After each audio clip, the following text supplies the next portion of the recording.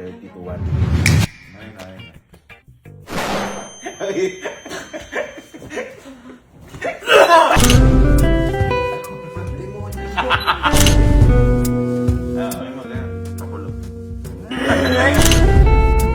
So, naisip na naman po kung kalokohan para sa pamilya ko. Kasi, kanina ho, nagtitingin-tingin ho ako ng email. Ngayon may gusto kasi magpa-promote po ng, may gusto magpa-promote po ng pabango talaga sa amin. Eh, biglang may pumasok na idea sa utak ko. Alam niyo na may utak ko, muro kalokohan. Sabi ko, batik kaya ka ako. Gumawa ako ng sariling pabango. Which is, eto, nakagawa na ako. Ayan, gumawa ako kanina.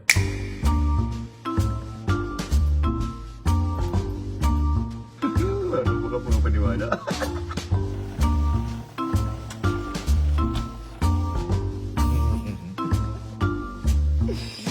Ang lupit, parang brand talaga.